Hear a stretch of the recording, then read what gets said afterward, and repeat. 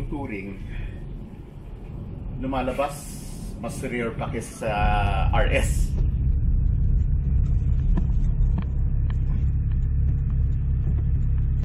Upsat sila pa fully common manual.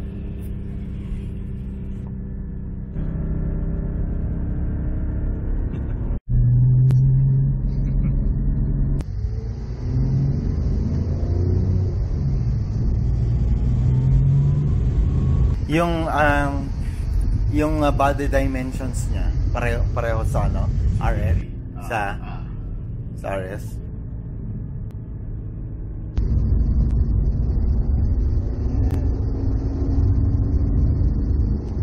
Di ba kasi humaba na ba yan yung 911 parang yung wheelbase humaba tapos yung makina nag-forward ng konti. Ito na yan. Actually, hindi standard kasi sa mga changing lanes. Oo. Pero not for parking, no? For changing lanes sa high. Yeah. Sa changing lanes high speed. Para stable ka. Para stable siya. Kunyari kung lower speeds, parang pinapalit yung radius. Pati lower speed. Okay. So, kunyari kung kakaliwa ka, yung rear mo gaganyan. Tapos palit yung radius. Right. Pag high speeds, ito yung front mo, ito yung rear mo. Sabay.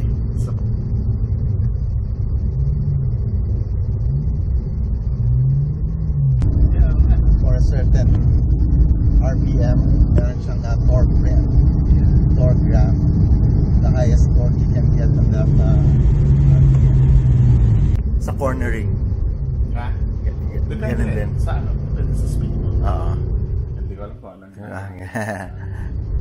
Dati I was driving like this. We were together just driving around. Yeah.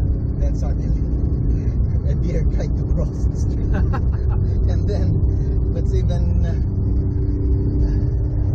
funny is as soon as the deer saw that it was in our path. Yeah. And while crossing. Yeah.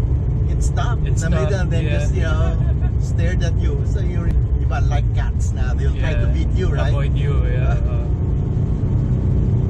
Stop in the middle. So even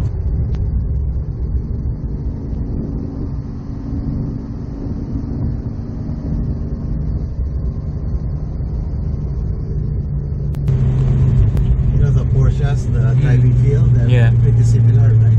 Yeah. This car and that. Yeah. This is probably twice as expensive as that.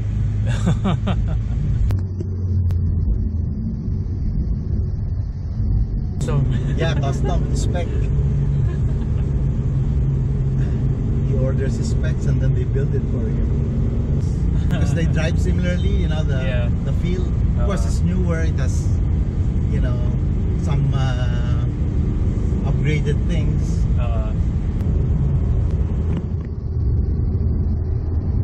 How is the audio ng GoPro?